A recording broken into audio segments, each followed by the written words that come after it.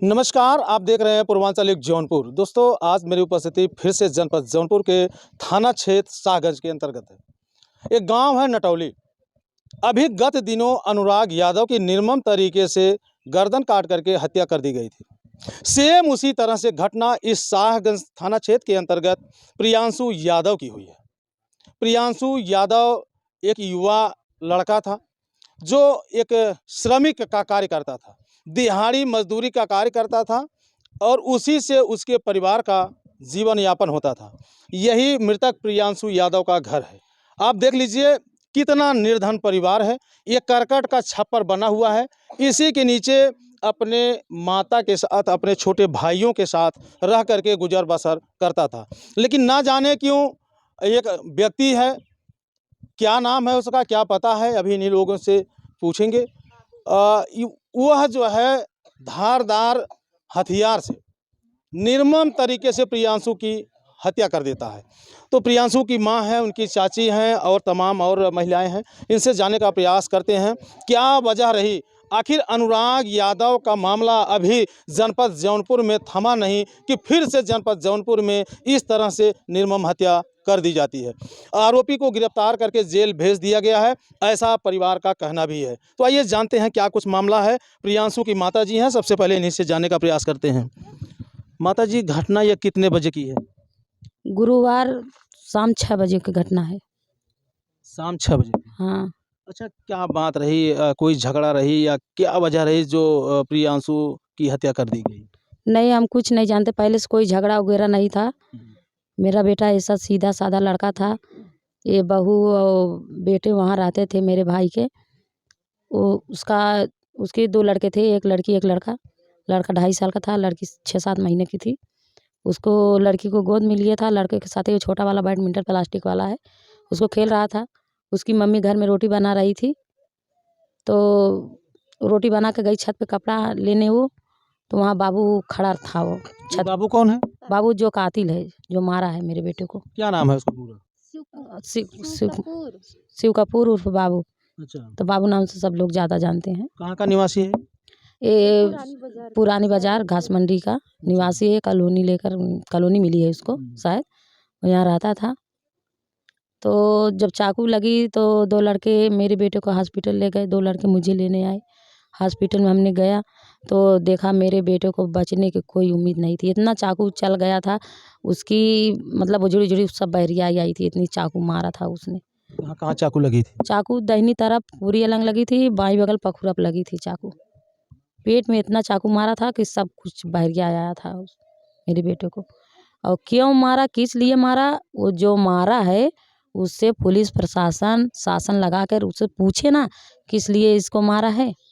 वो पुलिस को पूछना की जिम्मेदारी है ना। हम लोग तो कुछ नहीं जान पाए हैं, लेकिन पुलिस को जानकारी होना चाहिए ना। अच्छा, मौके से प्रशासन आया और उसको गिरफ्तार करके ले गए? नहीं, वो खुद की 100 नंबर लगा कर बुलाया और मेरे बहू बेटे को कहा कि यही लोग बुला के मुझे मरवा रही थी। क्यों मरवाएंगी उसको? वो का मतलब वो हत्या किया, उसके बाद खुद से वह 100 नंबर डायल किया, फिर पुलिस बुलाया और आरोप आपकी बहू पर लगाया। हाँ, मेरी बहू क्यों ऐसा करेगी? क्यों उसको मरवाएगी? क्या उसका पट्टीदार था? क्या कुछ था? कुछ नहीं था ना मेरा। ओ अच्छा, बराबर यहाँ आता जाता था वो? नहीं, उसको न मेरा बेटा जानता था न मैं जानती थी। ये बहू थी, पता नहीं जानती थी कि नहीं जानती थी, हम नहीं जानते। मेरा बेटा इतना सीधा साधा था। गांव में भी पूछ लीजिए 2-4 औरतें से कैसा था मेरा लड़का, वो लोग खुद ही बताएगी। कितने बच्चे हैं आपके? मेरे 5 बच्चे हैं, 1 लड़की 4 लड़के थे और 1 लड़के तो ख़त्म हो गए भैया हमारे। पति भी नहीं है, 2 साल हो गया ख़त्म होने। अच्छा, आपके पति भी नहीं है? पति नहीं है मेरे। मेरा बच्चा वो मजूरी उजूरी करता था, गिट्टी बालू लाता था, वो वाला जोन ख़त्म हुआ। एक बच्चा मीठा की दुकान पे रहता था। बस यहीं तक हम लोग जानते हैं। एक माँ का दर्द है, क्या कहें, हम कुछ कह नहीं सकते कि पति की मृत्यु 2 साल पहले हो जाती है और उस पत्नी के पास 2 बच्चे होते हैं कि चलिए वही बच्चे जब बड़े होंगे तो मेरा सहारा बनेंगे, उसी से मेरा जीवन का गुजर बसर होगा। मेरी ज़िंदगी साहब धीरे धीरे कट जाएगी। लेकिन इस माँ को नहीं पता था कि ये जो मेरा बेटा है यह भी मेरा साथ छोड़ देगा। अब प्रशासन उसको गिरफ्तार करके ले गई है, जेल भेज दी गई। आगे आगे की जो विधिक कार्रवाई है प्रचलित है। अब देखिए मामला अभी यह नहीं उजागर हो पाया है कि हत्या प्रियांशु यादव की क्यों की गई थी, क्या वजह रही, क्या कारण रहा जो इतने निर्मम तरीके से प्रियांशु को मौत के घाट उतार दिया गया। तो उस मौके वारदात प्रियांशु की भाभी थी, इनसे भी जानते हैं क्या कुछ रहा उस समय का सीन, क्या कुछ घटना हुई, बताएंगी। अच्छा, जब वहाँ दोनों में विवाद हुआ था तो आप वहाँ थी? हाँ, हम वहीं पे थे। अच्छा, क्या मामला था? मामला तो उससे कुछ नहीं था, किसी से लड़ाई झगड़ा भी नहीं था, उससे वो बातचीत भी नहीं करता था, मतलब एकदम इग्नोर, उसको जानता ही नहीं था। बस हमारे रूम पे जाता था, मेरे बच्चे लोग को खिलाता-उलाता था। ज़रूरत पड़ता था, बीमार-उमार होते थे, दवा-ववा आते थे, दिलाते थे, हेल्प करते थे हमारे। तो उस दिन भी वो गए उधर घूमते थे, हम दे दिए उन्हें, हम बोले लो खिलाओ, हम रोटी बनाते हैं घर में। हम रोटी बना के जब निकले तो वो बाहर टेम्पो के पास खड़ा था, खेल रहा था मेरे बच्चे के साथ। और जो है बाबू कातिल जो है, शिव कपूर उर्फ बाबू, बाबू बाबू नाम से उसको सब जानता है। वो छत पे ही खड़ा था, खड़े-खड़े क्या हुआ नहीं हुआ, आया डायरेक्ट मार कर लिया। मतलब नीचे मारपीट कर ली? मारपीट कर लिया। जब एक लोग बोलता है उधर लड़ाई हो गया, मेरे बच्चे को फेंक के गया, लड़ाई हो गई, हम गए उसको छुड़ाते तभी उसको घायल कर दिया था। सर वर मार के बहुत बहुत खून निकल रहा था। तो कैसे कैसे उसको छुड़ाए, बोले जाओ पट्टी करवाओ, फिर हम रूम में चले गए। उसके बाद से क्या हुआ, थोड़ी देर बाद जैसे कुछ ही समय फिर उसको चाकू मार दिया। जब चाकू मार दिया तो फिर फ़ोन करता है पुलिस को, फिर बुलाता है, बोलता है ये इसकी भाभी देखिए अपने देवर लोग को बुला के हमें मरवा रही है। पुलिस आया, हमारा नाम नोट किया, हमारे हस्बैंड का, फिर गया, चाकू को मार दिया। लड़के लोग उसको लेके चले गए हॉस्पिटल, वो खुद फिर पुलिस के साथ चला गया। अच्छा, ये आपको क्यों वो कह रहा था कि ये इन्होंने मरवाया है?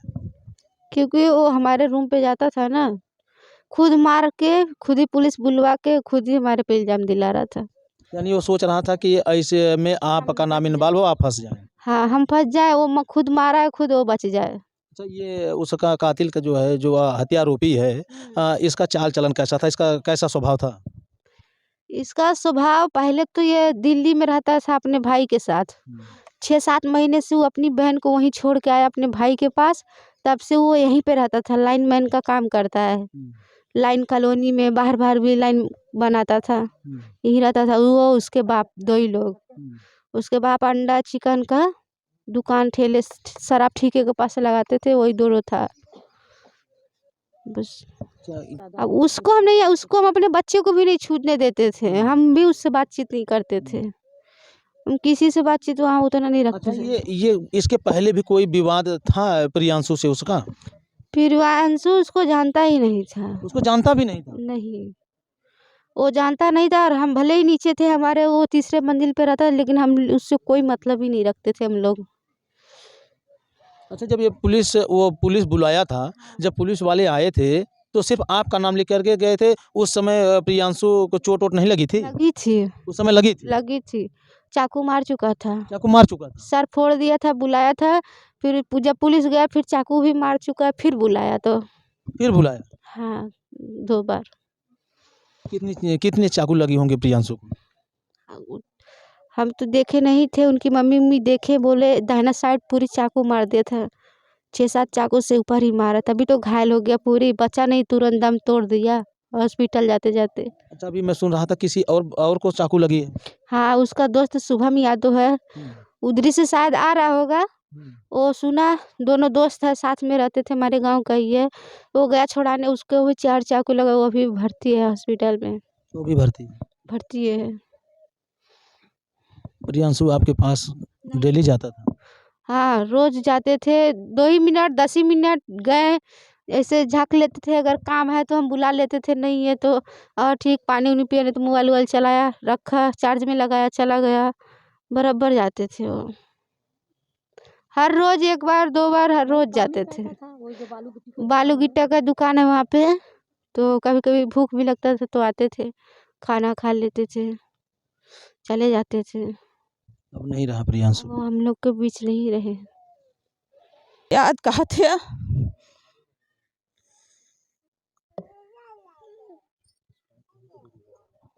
प्रियांशु की चाची भी हैं, इनसे भी जानने का प्रयास करते हैं। आखिरी बार प्रियांशु को आप कब देखी थी? जी यहीं पर देखे थे। और यहीं घर पे। जी कैसा था प्रियांशु? जी बहुत अच्छा था। अब हम लोग क्या बताएं अपने मुंह से, अब तो नहीं है, अब क्या बता सकते हैं कैसा है। पहले तो बहुत अच्छा था, किसी से बात ही नहीं करता था।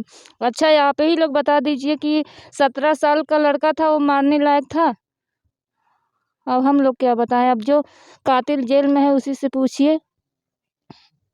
अच्छा, अभी प्रशासन के लोगों ने ये कुछ नहीं बताया कि उसकी हत्या क्यों की है वो? जी नहीं। अभी कुछ बताया नहीं? जी नहीं। प्रशासन के लोग अभी आ रहे हैं कि नहीं? जी अब तो नहीं आ रहे हैं जी, हम यहाँ से थोड़ा उधर बगल में है, हमको नहीं पता है ये सब। जी उधर आते हैं। क्या नाम है आपका? सुषमा यादव। अच्छा सुषमा, घटना के समय आप थी वहाँ पे? जी नहीं, मैं नहीं थी वहाँ पे, लेकिन वो लड़का बहुत अच्छा था, किसी से कोई मतलब नहीं रखता था। अब उसकी हत्या क्यों कर दी गई, अभी हमें नहीं मालूम है। साथ के लोगों से पूछिए जो उसके साथ में रहते थे, साथ के लोग भी नहीं दिखाई देते तब से। दोस्त यार कोई नहीं दिखाई देता है अभी। कोई नहीं दिखाई दे रहा? कोई नहीं दिखाई देता। उसके साथ के लोग बहुत साथी थे, जाते आते समय हम भी देखते थे, कोई इधर का कोई उधर का, बहुत सारे लड़के तो दोस्त यार भी अब नहीं दिखाई देते, कोई नहीं दिखाई देता।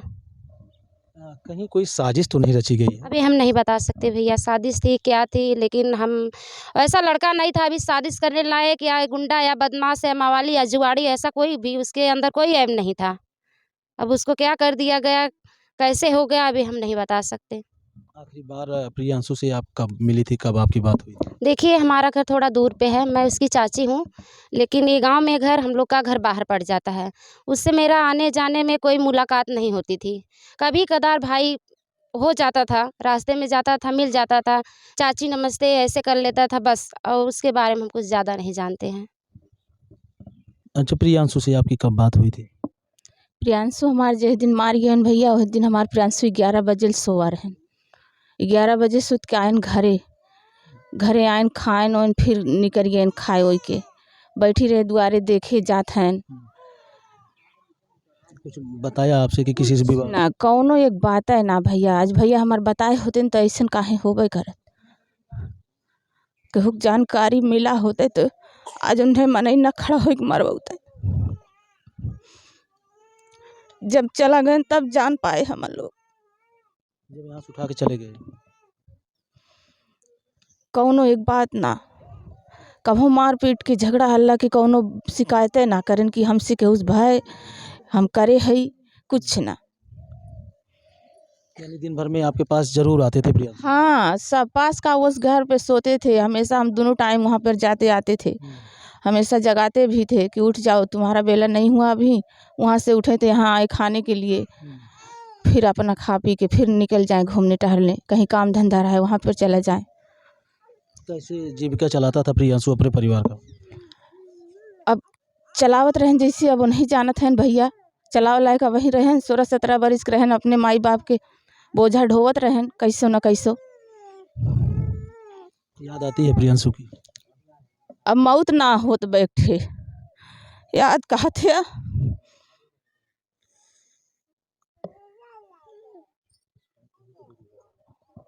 ये प्रियांशु की चाची हैं। माँ का दर्जा होता है चाची का। जब बच्चा माँ से रूठता है तो चाची के पास भागता है, और चाची से रूठता है तो मौसी के पास भागता है। ये दुनिया का दस्तूर है साहब। अब सोचिए कितना पीड़ा है इनके अंदर कि दिन भर में 1-2 बार इनके पास जाता था, और बराबर उसकी निगरानी भी करती थी कि कब उठना है, कब सोना है, कब जागना है, क्या करना है। अब क्या बताएं, ये समय का चक्र है दोस्तों। न जाने किसकी नज़र लगी, न जाने किसकी नज़र में प्रियांशु धंस गया। बहरहाल जो भी हुआ बहुत बुरा हुआ। अब मामले की तहकीकात की जा रही है। अब थाना अध्यक्ष शाहगंज के द्वारा देखिए क्या निष्कर्ष निकल कर के सामने आता है। अब ये जांच प्रक्रिया चल रही है। और